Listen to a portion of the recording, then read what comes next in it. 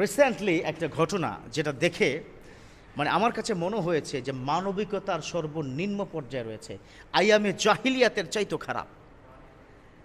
একটা ভয়ঙ্কর দুর্ঘটনা ঘটেছে যে ছেলে বিবাহের কথা বলতেছে দীর্ঘদিন ধরে, বাবা মা আমাকে বিয়ে করাও। তো বাবা গিয়েছে কোনো একটি কাজে, এই ফাঁকে মাকে কুপিয়ে হত্যা করেছে। নাউজুবিল্লাহ। এর চাইতে ভয়ঙ্কর অপরাধ, সে তো জাহান্নামের কি নরপিচাস কিট হয়ে গেছে অলরেডি। কিন্তু এইটা দিয়ে একটা বড় লিসন আছে আপনার আমার জন্য, সন্তানের জন্য। সন্তান সবার আছে না? যাদের সন্তান আছে তাদেরকে বলছি, সন্তান জন্ম দিলেই হবে না, সন্তানকে মানুষ বানাতে হবে। আর মানুষ বানাতে হলে একটা কাজ, আপনি ফাউন্ডেশনে the primary section you have to teach Islam. আপনি তাকে ইসলাম শিখান, ইসলাম শিক্ষা দিন। যদি সেটা না শিখান, ও অমানসিক হবে, অমানবিক হবে। আমি একটা বৃদ্ধাশ্রমের একটা ইন্টারভিউকে দেখছিলাম। ছেলেটার বয়স সম্ভবত 9 বছর বা 8 বছর হবে। বৃদ্ধাশ্রম থেকে বের হয়েছে। এক সাংবাদিক তাকে প্রশ্ন করেছে, কোথা থেকে আসছো? বললো, আমি বৃদ্ধাশ্রম থেকে আসছি। যে বৃদ্ধাশ্রম, কে এখানে আছে? বললো, আমার দাদু আছে। কেমন আছে? দাদু খুব খারাপ আছে, দাদু ভালো নেই বলে চোখ থেকে তার পানি চলে আসছে। তবে একটা কথা বলি, আমি আমার বাবাকে বৃদ্ধাশ্রমে রাখতে চাই না। আমার বাবা যে কাজটা করেছে, আমি বাবাকে আজকে বুঝাবো যে বাবা, দাদুকে তুমি যেভাবে রেখেছো, মানুষ মানুষকে রাখতে পারে না। আর বাবা যদি আমার কথা না শুনে, বাবাকে এর চাইতে খারাপ জায়গায় আমি রাখবো। আল্লাহু আকবার। শাস্তি হবে, শাস্তি হবে, ন্যাচারাল পানিশমেন্ট আছেই। যেই ছেলেটা তার মাকে মেরেছে, যেই বাবা মা দুজন মিলে তাকে বোঝানোর চেষ্টা করেছে, তুমি তো এখন বেকার, তুমি ইনকাম করছো না, চাকরি খুঁজো, ব্যবসার জন্য ট্রাই করো। কিন্তু সেই ছেলে শুধুমাত্র তার গার্লফ্রেন্ড যাকে বিয়ে করবে, তার জন্য তার মাকে সে এভাবে হত্যা করেছে।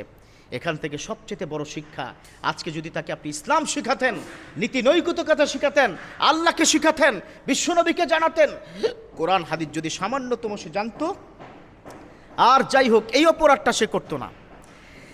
এটা কেন বলছি জানেন?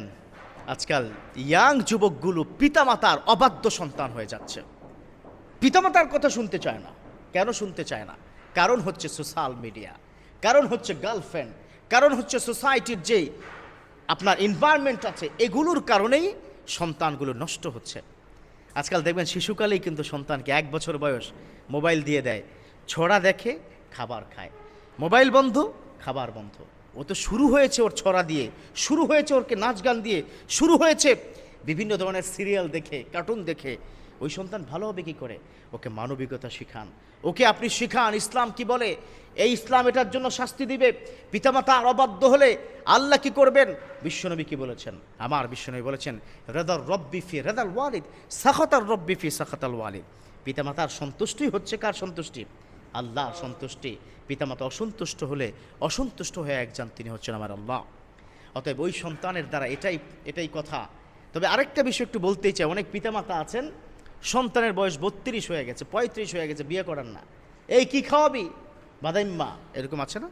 এটা বলবেন না, কারণ যিনি আসবেন আপনার ঘরে নতুন অতিথি হিসাবে, তিনি তার রিজিক নিয়ে আসবেন। তিনি আসবেন এখানে তার রিজিক নিয়ে। অতএব রিজিকের চিন্তা আপনাকে করতে হবে না, আপনি আপনার কাজ করেন। আপনি যেটা করবেন, সন্তানকে বিয়ে করিয়ে দেন। সন্তান প্রেম করছে, ওই মেয়েটা কি ভালো না, অথবা ওই ছেলেটা কি ভালো না, তাকে বুঝান, ট্রাই করেন। মেয়ের বাবাকে ডাকেন, ছেলের বাবাকে ডাকেন, বসেন, কি সমাধান করা যায় সেটা করেন। হুটহাট করে শাস্তি দেওয়া, এটা নিয়ে রিয়াকশন করা, তাহলে কিন্তু বড় ধরনের দুর্ঘটনা আপনাকে আমাকে পড়তে হবে। অতএব বাংলাদেশের যারা রয়েছেন আপামর মুসলিম জনতা, আপনাদেরকে বলবো, ইঞ্জিনিয়ার বানান, ডক্টর বানান, পাইলট বানান, ডাজন্ট ম্যাটার, বাট প্রাইমারি এডুকেশনটা দেন ইসলামিক এডুকেশন। প্রথম তাকে ইসলামটা তার মধ্যে ঢুকিয়ে দেন, দেখবেন কত ভালো হবে আপনার সন্তান। আর সব সময় আল্লাহর কাছে বলবেন, আল্লাহ আমাকে নেককার সন্তান দিন, সন্তানকে নেককার বানান। আল্লাহ আমাদের প্রত্যেককে বুঝার তৌফিক দান করুক, আমিন।